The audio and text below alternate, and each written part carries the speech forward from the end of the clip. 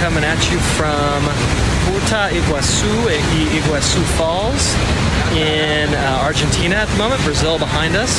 We're having a great trip so far with a team from Fairfax.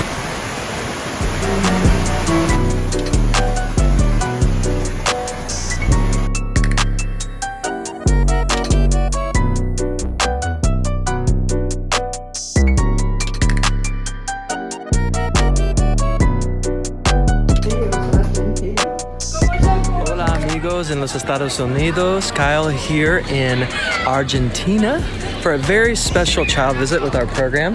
We are visiting the program here on its 10th anniversary, and they had a great idea to celebrate 10 years. We are here at a camp. Yes, if you don't know, here in Argentina, it's summertime. Kids are in the pool. It is really hot, really hot, and we're having a lot of fun eating camp food, talking to the kids. We're going to be interviewing them here in a little bit, all a part of their camp. For many of these kids who have tough lives, this is a very special treat. They are just hyped. I can't tell you how hyped these kids are to be able to spend some time in the pool, hang out with their friends. They're going to be sleeping here in the dorms the next couple days, and it's just been a joy to meet all of them. Big thanks to our team here. We're amazing leaders for 10 years of work with Children of Promise. Ronnie and his wife Iris are doing an amazing job, and we are so thankful for them. So say a prayer for us down here in Argentina, having a lot of fun with the kids, and I'll keep you updated throughout the week.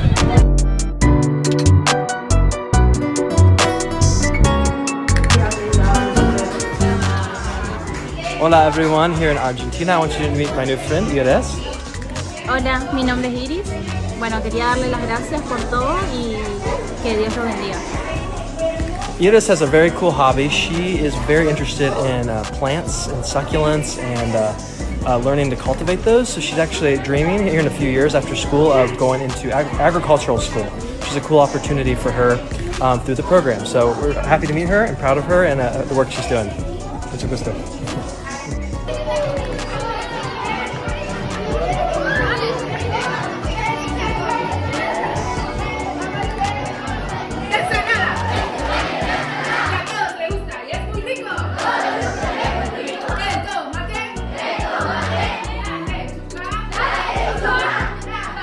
Hola amigos, Kyle here back in Argentina. Had a great opportunity today for something we love to include on these trips when possible. We brought along an expert in her field, Mary Ann, from the Fairfax Church in Washington, D.C., with many years experience in counseling and trauma, both in children and in adults. And we love to have the opportunity to give back to our volunteers around the world who do this every day of the year for the children to better their own communities as volunteers. And today we gathered the volunteer leaders here in Argentina, and Marianne was able to share on how to watch for trauma, how to speak to trauma, how to listen to children that are experiencing hard things in their life, which unfortunately a handful of the children here have had some serious trauma in their life. And we're so thankful for her doing it all in Spanish for the leaders here. They had so many great questions of follow-up. We shared some YouTube videos with them on how to have some tools going on, with even some resources that she left with them today. And we just love these kinds of ways to give back to our program. So thank you for helping us love on our local leaders better and to equip them to continue to make wholeness possible wherever they are. Next time I see you, hopefully I will have survived this football game that the kids just challenged us to.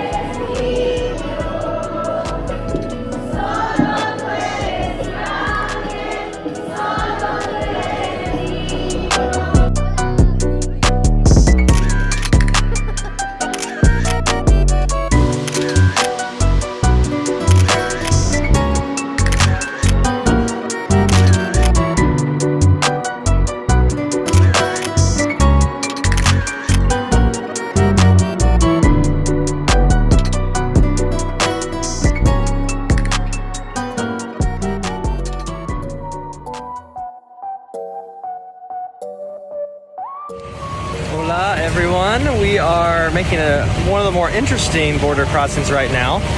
To my right there you'll see Argentina, and to my left is the Paraguay border. So we're crossing right now by ferry on the Paraná River, which is the same river that goes down in through Brazil and into the Iguazu Falls. It's a really beautiful way to cross the border. And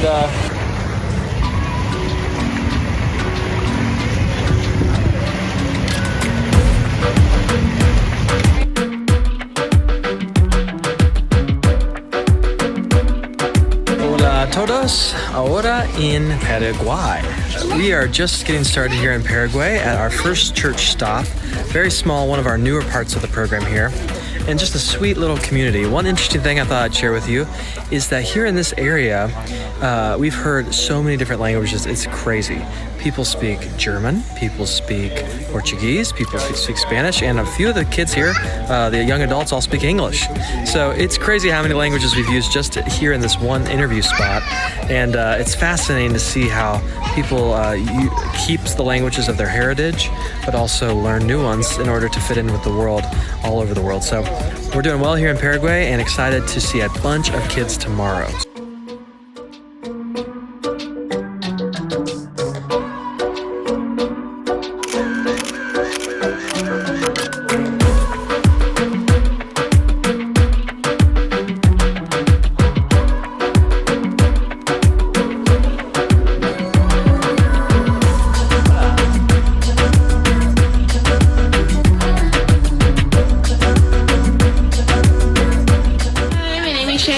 From Paraguay, and thank you for your blessing for me and for Paraguay. I love you. Bueno, English. Okay. This is Shayla. Her parents are the leaders of the school here. And it's been very good to meet her today in our interview. She is studying very hard and has a dream of being an architect, which is super cool. So we're praying for her that she does well in school, and excited to see her grow up in the next few years as she enters high school. So thank you, friend.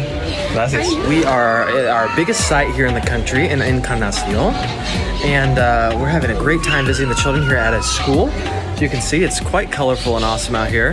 There are about 200 kids in this school, but about 70 or 75 of them are in our program.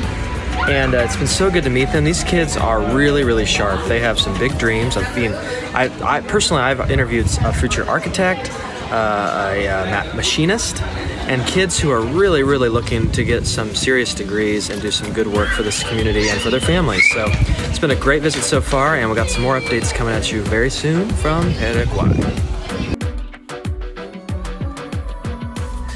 Hola everyone, I just interviewed my friend Diego here, who is almost finished with high school. We're so excited for him. He's grown up in the program and is doing really well. Did you want to say hello?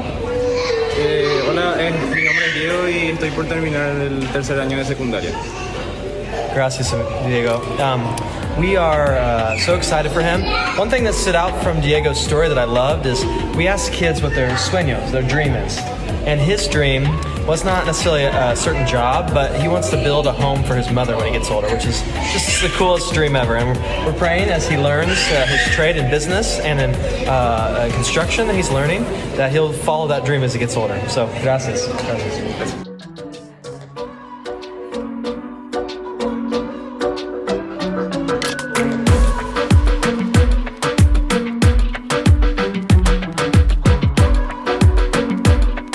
We are here on our final day in Paraguay, and what a perfect ending to our last interviews here behind the church, here in Bella Vista. We visited the home of our director, Sandra, and her husband and children, and I couldn't have found a more appropriate ending to this trip because she loves to cultivate and grow plants. She has succulents and cactuses and everything all over her house. It's beautiful, all the work she puts into it. And it's so similar to the work she's doing with the kids here. She has put in work amidst health issues in her own family with 2 little kids and a busy schedule, a husband who's a pastor here. She has been one of our great organized and awesome leaders in the world. And we're so thankful for Sandra and Anastasio and her children and all the volunteers here in Paraguay who are making wholeness possible for kids in their own communities so that they can have a better future as they grow up.